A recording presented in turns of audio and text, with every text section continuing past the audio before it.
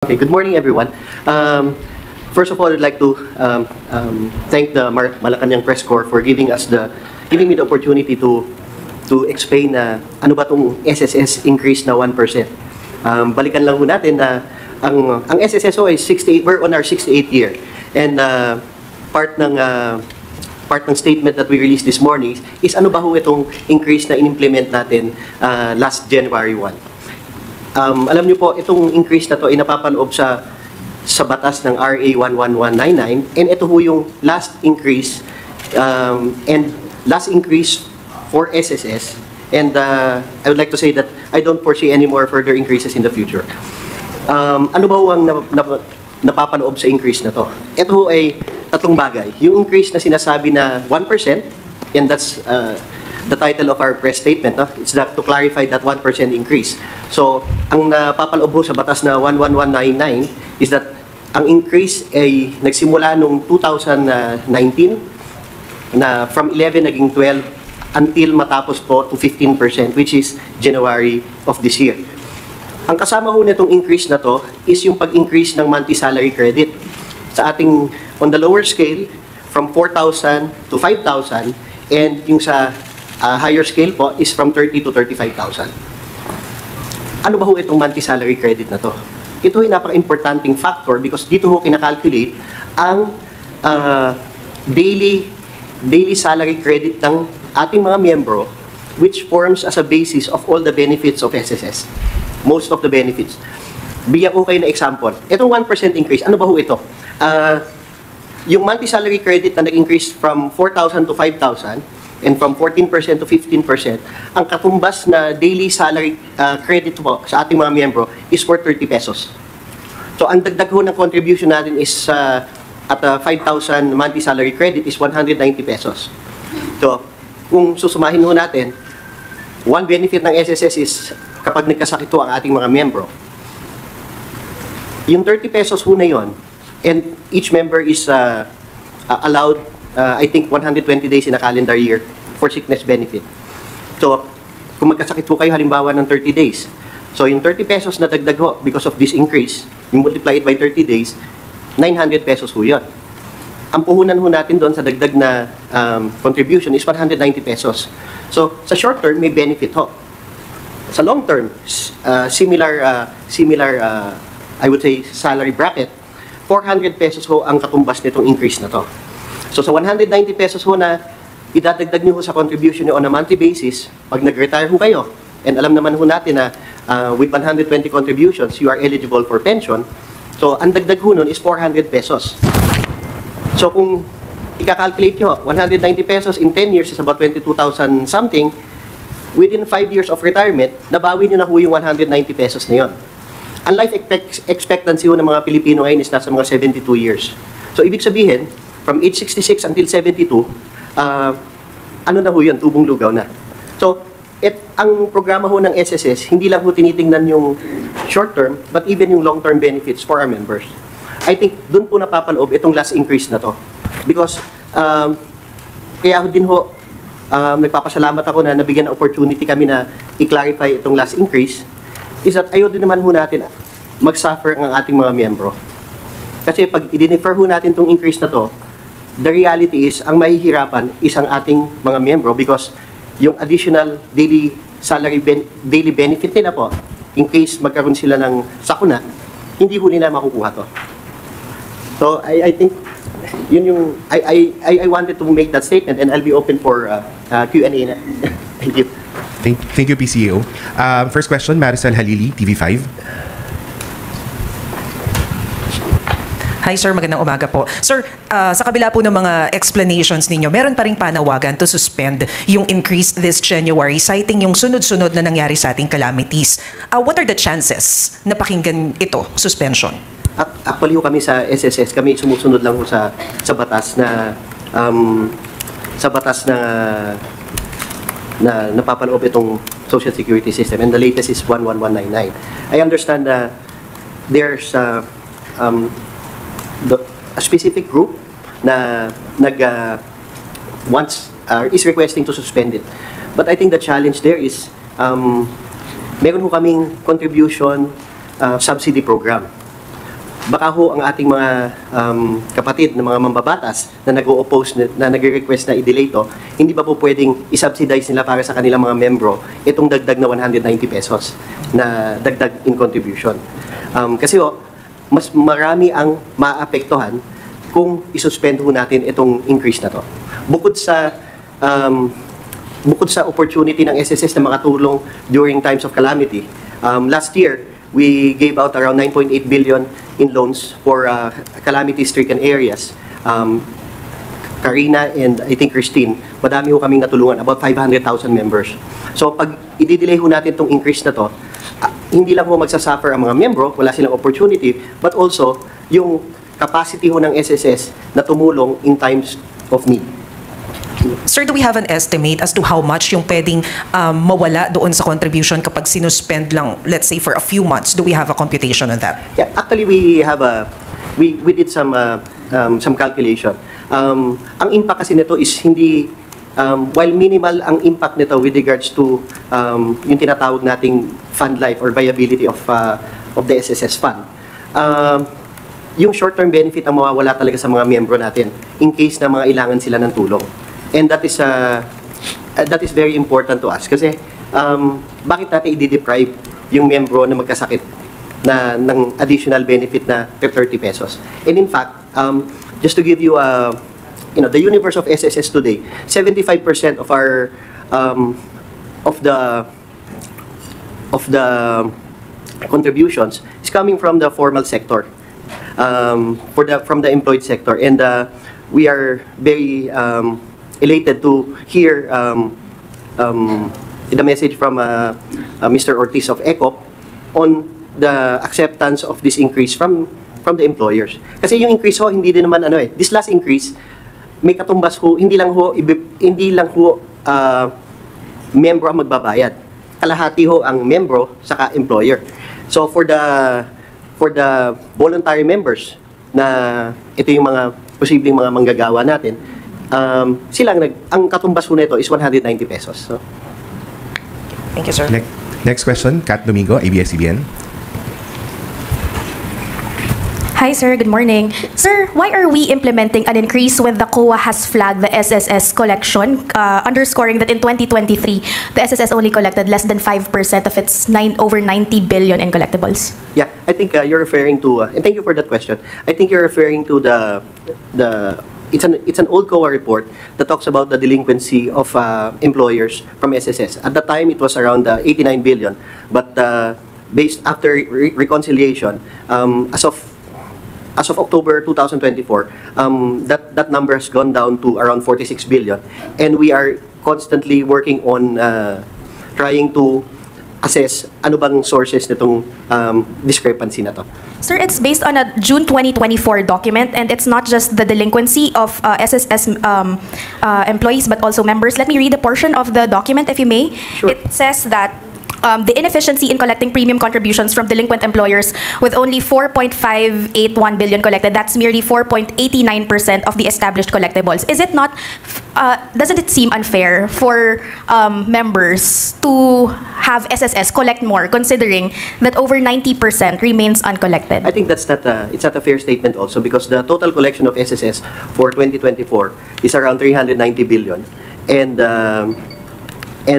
you know what you're referring to is while it probably released in June, the basis of information was sometime in, I think, 2022. So I'm open to have a further discussion on the matter to clarify. But hindi nag-i-increase kami pero hindi kami nagko-kolekta ng mga contribution. Alam naman ho natin na ang SSS ay tinamaan nung pandemic. Madaming manggagawang hindi nakapag-contribute. Madaming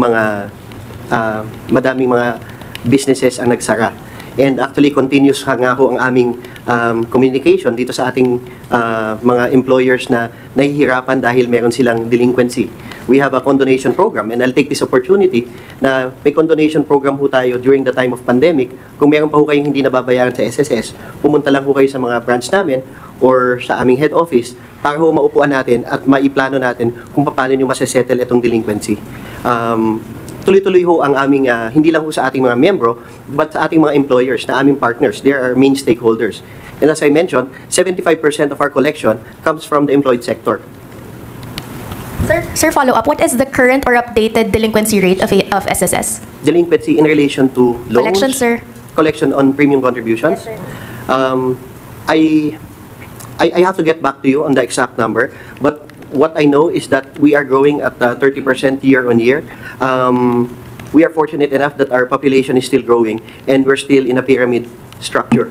That alam niyo naman, we are a pension fund, so the people that contributes today, ang magbe-benefit niyan are the ones that contributed 20 years ago. Yung delinquency kasi it's by law that you have to pay HSS contribution if you're employed, and that's 75% of our membership base. What I know is for the employed sector, 97% of our formal sector is paying the right contribution rate. So we have about 3% that hinahabol ho namin. And part of our plans for 2025 is paano namin mapapaigtingin pa ang collection efforts dito sa mga employers na probably nahihirapan magbayad dahil meron silang arrears nung time ng pandemic. Thank you. Sam Medinilla, Business Mirror. Good morning, sir. I would just like to know how much is the net income and benefits payment of SSS in 2024, and how much is its reserve fund? Yeah, actually, I'd like to answer that question in the context na magkaiba ho kami sa PhilHealth with regards to yung PhilHealth law and SSS law. Kasi I think you might be, please don't compare yung reserve fund ng PhilHealth, which is ibang batas sa SSS law. In terms of what we project is, I think we are expecting around, para mas clear, no? Ang pumapasok ko na pera sa SSS comes from three sources. Yung number one is yung contributions from our members and through the employers. Yung income namin coming from our investments. And the third one is other income namin from our assets and also from the loans that we issue to our members. Ang lumalabas naman ng pera sa SSS ho is yung benefits na payout namin. And sa ngayon ho, ang pinakamalaking portion ng benefits na yun are coming from the pension and also the death and funeral benefits. So, yung plus minus, we're expecting around north of 100 billion this year that would be going to part of our, I could not call it reserve. Yeah, I think we can call it as our reserve fund. So, tapos additional po, given the increase in member contributions, how will this affect the fund life of SSS? And when are you projecting this to last? Yeah, actually, thank you for the question. And I'd like to take this opportunity also to explain a little bit about itong fund life. Because there might be some notion na itong increase na to is purely related sa fund life. During the last administration, nagbigay ng increase ng 1,000 pesos the former president. And ang impact nito sa fund life ng SSS, biglang naging up to 2032 na lang at that stage. So, 14 years na lang ho ang buhay ng fund life ng SSS. I'm happy to report that as of the moment, we have already doubled the fund life. It's now 28 years, up to 2053. But then, actuarial ho kasi ito eh. Ang ideal, kung tatanungin nyo, kasama ko dito ang aming chief actuary, si Senior Vice President Ed Cruz, 68 years ho sa actuarial science ang ideal for a pension fund. And the reason why meron tayong tinatawag na fund life is because defined ho ang benefit ng SSS.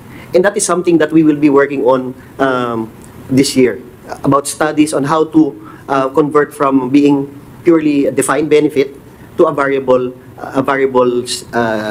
benefit na. Ano ang impact nito? Sa ngayon ho,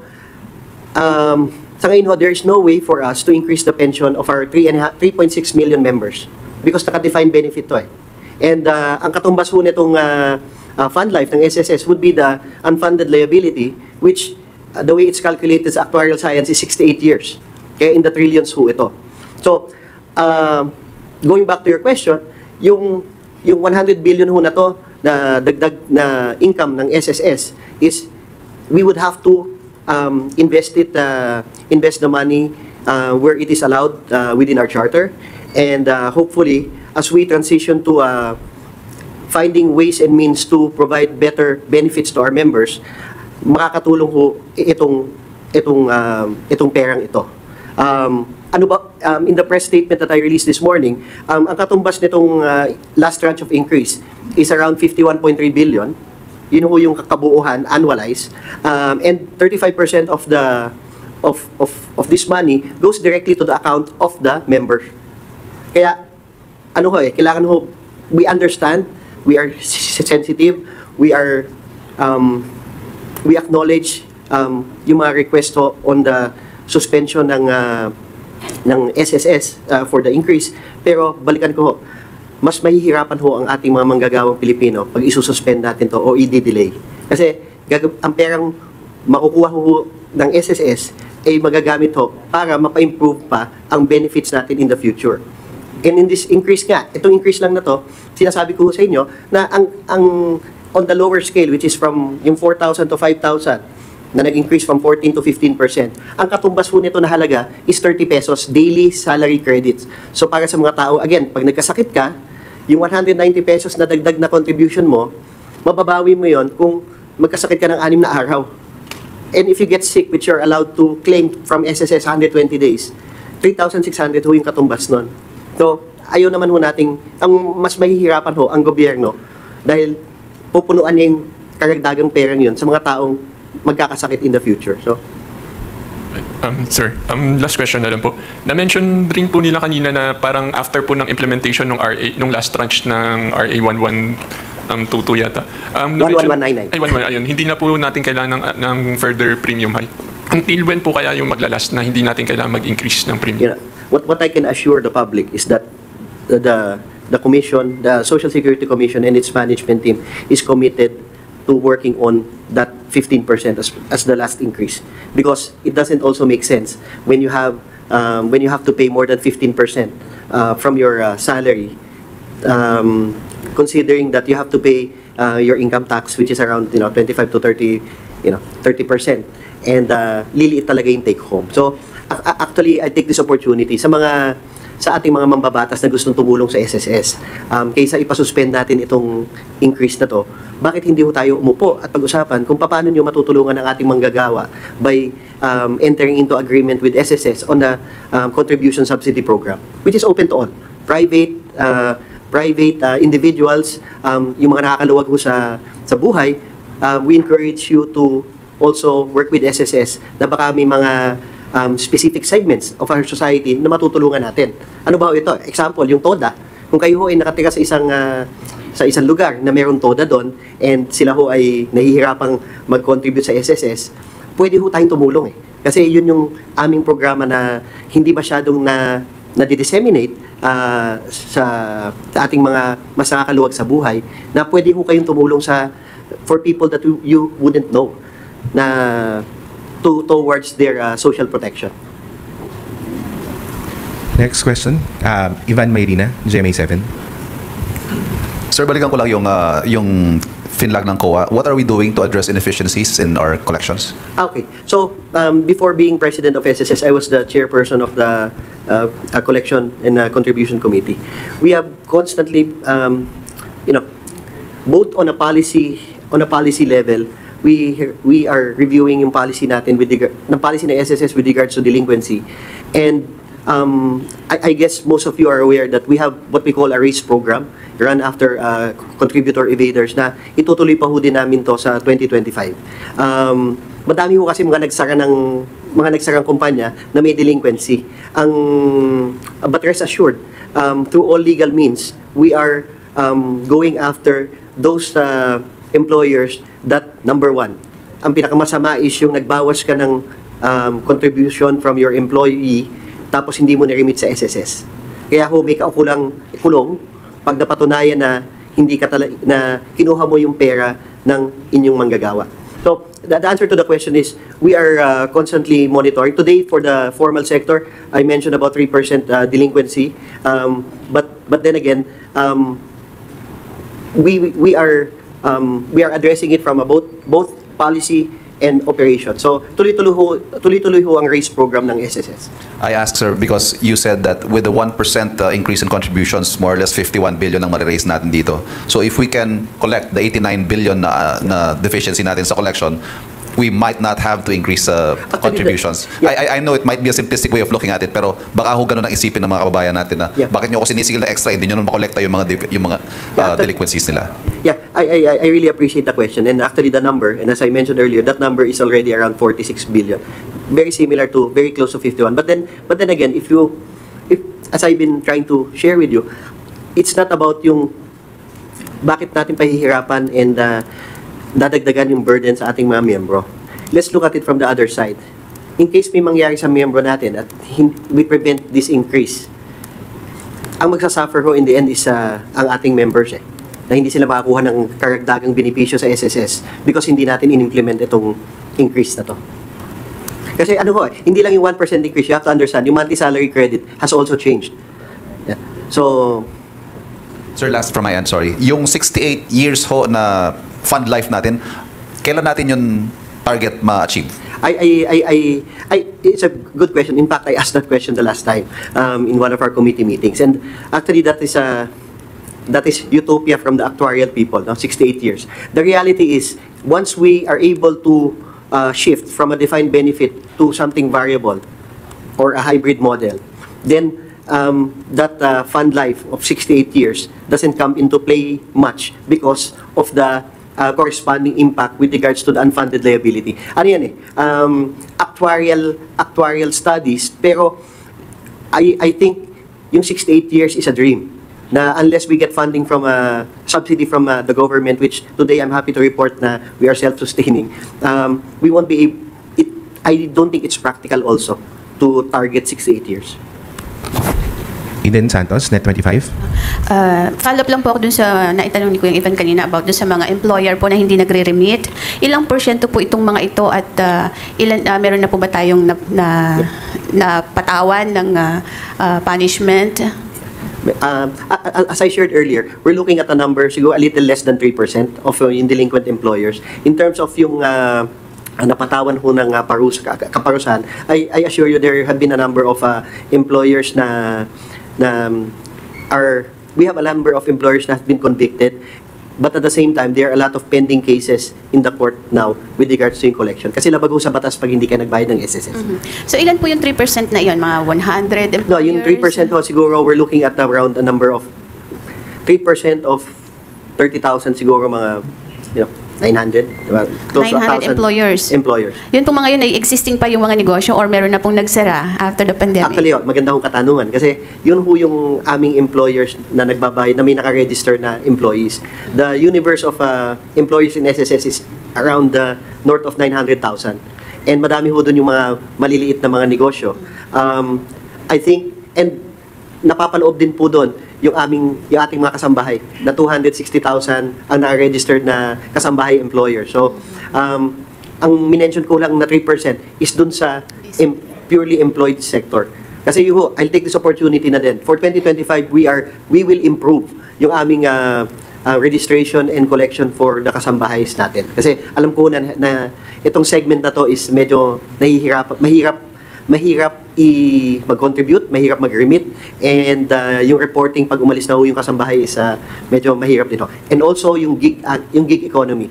We are at the stage now that our population, we have a number of workers involved in gig, and that is one segment na pinag-aaralan ho namin kung ano ba yung tamang handling nitong segment na to, from a contribution to benefits and maybe further to insurance, no? Yun po ang tinitingnan namin. Last question lang ho on my end. Yung kanina nabanggit po ninyo, yung mga makikinabang dito sa increase po nito, 1%, hindi ho 15%, hindi ba? Yes po. 1% kasama doon sa 15% na kabuuan. 20 years ago po, yung mga makikinabang dito, parang kung titignan po natin, bakit napakalayo nung taon, ano po na makikinabang dito sa increase Hindi na naman ito? po 20 years. What I'm saying is that yung for the short-term benefit, for magpe-pension in the future na may karagdagang 400 pesos sa kanilang pension po. Thank you, sir. Alvin Baltazar, Radyo Pilipinas. Ay, sir, magandang umaga po. Sir, since ito ay batas, talaga naman dapat natin ipatupad. Pero, meron ba tayong nakikitang win-win solution para kahit paano, o legal remedy, para kahit paano ma-delay yung pagpapatupad? Pinag-aaralan ho din namin ang ano bang options. But kami ho, please understand na we are we are a GOCC and we're tasked to implement the law that covers our institution. So kung meron hong kasi yung batas to, so ibig sabihin kailangan mo ma-amend ang batas para masuspend itong contribution na to. And kagaya ko ho nung I saw on TV the other day si Congressman Asidre, he mentioned na hindi it is not something na you would suspend abruptly. Kailangan ho pinag-aaralan. And sa ang 68 years ho na ang SSS in existence. And over the years, ilan hong batas na din ang na-amend for the SSS law. In fact, in the inception ho ng SSS, ang covered ho lang ng SSS was the formal sector. It was only in 1980 that na-expand ho to cover yung voluntary members. So similarly, I think if Congress would study the existing SSS law, there's no reason for us not to implement the law if ever it will be amended.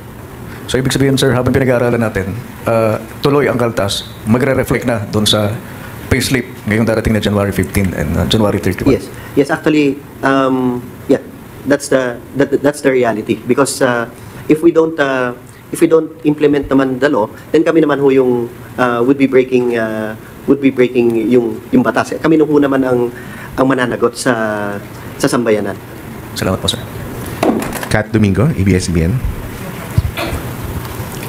Hi sir. Sir, just for the spirit of transparency, may we know bakit po lang po nag-quadruple yung expenses sa personal services? Because I'm just thinking na maybe if we can reduce some expenses, maybe there's no need to hike regardless of the law. Maybe our lawmakers would have more reason to amend the law to suspend it. Anyway, sir, in 2022, SSS spent for nearly 500 million pesos for other personal benefits. That ballooned to 2 billion pesos in 2023. May we know bakit ganun po kalaki yung in-increase? Yeah, actually we can look at it in absolute terms, but the reality is the operating cost of SSS as an institution is only 25% on what is allowed in our charter.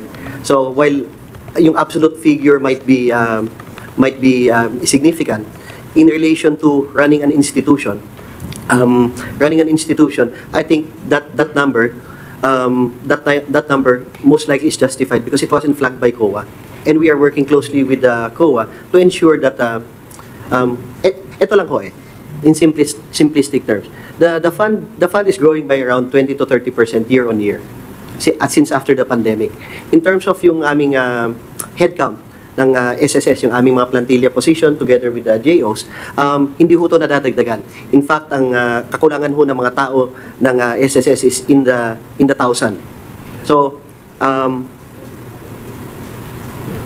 I'd like to take this opportunity to thank also the men and women of SSS, kasi kahit hindi ho nadadagdagan ang aming mga tao, yung serbisyo naman is na-maintain, and nadadagdagan ho, we're growing at around 20-30% year on year. So, the number, we have about 6,800 employees full-time, and we have about maybe 1,000 job orders today. And I think the ideal number is still around north of 9,000 because we're growing. We'd like to, ang plano ho ng SSS is to put additional branches in the future, because we acknowledge that there should be a balance between digitalization and face-to-face interaction pa din. Sir, just a clarification. Ano po yung expenses under personal benefits? Does it include bonuses? I have to get back to you on the details, but but we are also covered by the GCG law, and also we are in compliance with the civil service rules and regulation.